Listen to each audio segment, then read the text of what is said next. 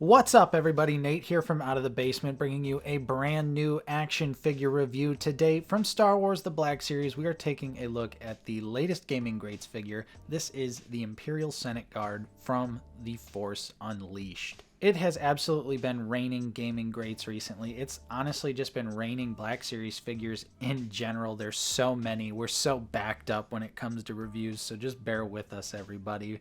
But today we're going to do a nice, quick, easy, simple review here. There's not really a whole lot to discuss with this particular figure you see in front of us. It's definitely got some major issues that we'll get into. But first, let's just go ahead and take a quick look at the package. This is the Galaxy Gaming Greats package. So it has the nice blue for the Gaming Greats. You get the Gaming Greats logo right there. We get the mural art image of the Imperial Senate Guard, and yeah, you can see, just look at the costume here. Definitely more of a sort of stormtrooper look as far as the chest armor goes here. And yeah, you can see that this figure is just a repaint of the Royal Guard minus the cape now. Here's the bio on the back of the box if you want to pause it and read it. The Imperial Senate Guard is number 8 in the Gaming Greats Force Unleashed line. We get the game logo right here. Black Series logo on the side, barcode on the bottom, Gaming Greats logo at the top here. Nothing else to this package. And of course, big thank you and shout out to Vader X Bricks for coming in with the assist, helping me get this figure. I truly appreciate it. So we're going to go ahead, get this figure open. We'll take a look at the one accessory and then the figure itself. All right, and here we are with the Imperial Senate Guard's sort of lightsaber staff thing. We originally saw this accessory in the Royal Guard 4-pack. This came with the Shadow Guard, so this isn't even a brand new accessory. There's absolutely nothing new to this figure or the accessory here, so this is the epitome of just the basic Gaming Greats figures that we can get.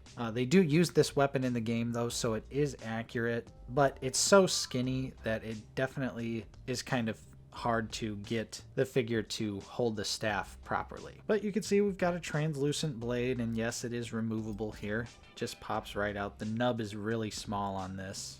Really got to make sure that's in there well, but it does fit secure. And the sculpting is still really nice here on the handle itself, but yeah, there's no paint apps at all on this. So yeah, that is the weapon here. Okay, and if you wanted to be technical, yes, the figure does actually come with the Scout Trooper pistol as well here. Again, it's the same sculpt we've seen time and time again with no paint apps on it, but it does look good, and you do get some weapon storage on the figure for the blaster itself. And so now let's go ahead and take a look at the figure. All right, and here is the Imperial Senate Guard out of the packaging, and yeah, just looking like a Royal Guard that's blue minus a cape. I definitely think this figure really misses the mark when it comes to what it's supposed to be representing in the Gaming Greats. I mean, we know the Gaming Greats line is majority reuse here, but I feel like we could have got a new sculpted chest piece and the gauntlets and the legs to be a little bit more accurate, because yeah, there is just a lot that's different when you look at the game model of this character versus this figure. I think this is one of the most egregious examples so far in the Gaming Greats line when it comes to reuse and what it's supposed to represent here. So with that being said, I still think that just as another trooper, another member of the Imperial ranks here, yeah, this figure is just going to be just fine on my shelf, and I'm going to be happy to have it. Let's go ahead. We'll take this figure off the stand, get a quick look at those details, and then of course we'll move on to the articulation. And here we go. It is a blue Royal Guard. Don't get me wrong though, I still love the design of the Royal Guard, so yeah, give me an Imperial Senate Guard, give me one in blue, black, red, whatever color. I'm definitely going to show up to purchase it because I just love the Royal Guard. So from that aspect of it just being like a blue Royal Guard, yeah, it does look great. I mean, the sculpting on it is really nice. I love all the details of the cloth goods. Lots of wrinkles and ruffles and stuff like that. And the armor is pretty nice as well. And we do get some clean silver paint right there on the belt. And there's some more armor detail here on the back as well. And yeah, it looks nice. And I do really like the blue and black contrasting moments here. Definitely going to have a Backstreet Boys moment with this figure. And yeah, the shin guards look good. Some nice sculpted details on here.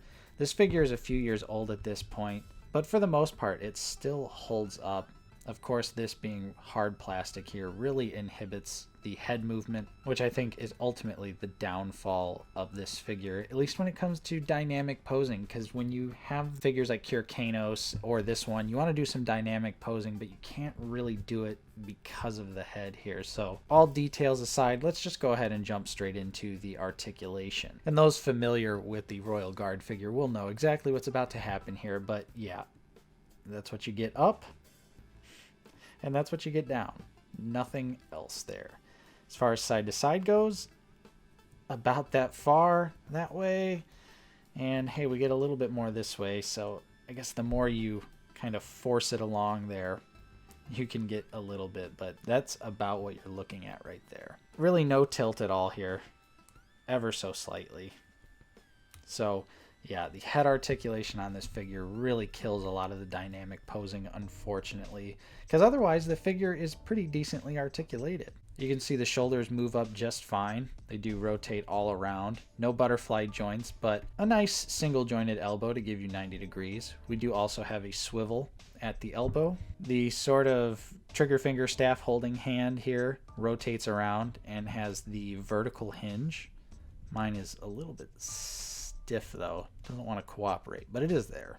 And then we also get the grip hand slash the blaster pistol holding hand, which also rotates and also has the vertical hinge, so that's really nice. As far as the crunch is concerned, you do just get a little bit forward there, but it's not horrible. Swivel at the waist here, side to side ever so slightly. The legs do actually kick out straight forward, and we do have some nice double jointed knees, and the figure can do the splits about that far, kick back ever so slightly, thigh swivel here, and finally for the feet, they do go down all the way, go up a decent amount, and have ankle pivot. So realistically, if they could just figure out a way to execute the head articulation better, this body still is a decent figure in my opinion. Despite it being a few years old, this thing can still move. So with all of that being said, let's go ahead and do a few comparisons here to see how he scales. All right, first up with some other royal boys here, we've got a standard red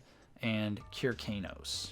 Next up, another member of the Imperial Army from the Force Unleashed. We have the Shadow Stormtrooper Gaming Grades figure, and then we also have the Archive Scout Trooper. Last, for the Black Series here, we of course had to do a comparison with the Republic Senate Guard. Next up, we have the Bandai model kits here. We've got the Mandalorian and the Shadow Stormtrooper. And finally, we got those import boys here, the SH Figuarts Tank Pilot and the Mafex First Order Stormtrooper. And so there you have it, folks. A quick look at the Imperial Senate Guard there. The lightsaber just fell off hitting my rotating base. But yeah, ultimately this figure is super inaccurate to the design of the character from the game, which is a huge bummer. I definitely think they could have given us a couple sculpted new bits, like what they've done with Sergeant Creel or something along those lines, and it really would have saved this figure. So as a representation of the Imperial Senate Guard, yeah, it's not really all that great. But if you just look at it as a blue Royal Guard for the shelf, then hey, it's pretty fun, and it's going to look great next to your other Royal Guards. And if you're a Royal Guard fan like me, then yeah, this one was definitely a no-brainer. But I'm a sucker for anything Imperial. But that's just me. So yeah, you might want to wait for this one to go on sale, because otherwise the $26.99 price is definitely a little high for a straight up repaint. And that's my review for the figure. Hopefully you enjoyed. If you did, don't forget to leave a like on this video. Subscribe if you are new. We're always talking about Star Wars The Black Series here on the channel. If you'd like to support us directly, we do also offer a channel membership for 99 cents a month. You get access to custom emojis and a Clone Trooper name badge that changes based on how long you are a member of the Basement Dweller Army. There's a link in the description if you don't see a join button next to the subscribe button. Thank you to our channel members. Your continued support is truly fantastic. And thank you to everyone else for watching. We truly appreciate each and every one of you. I'm Nate from Out of the Basement, and I will see you in the next video.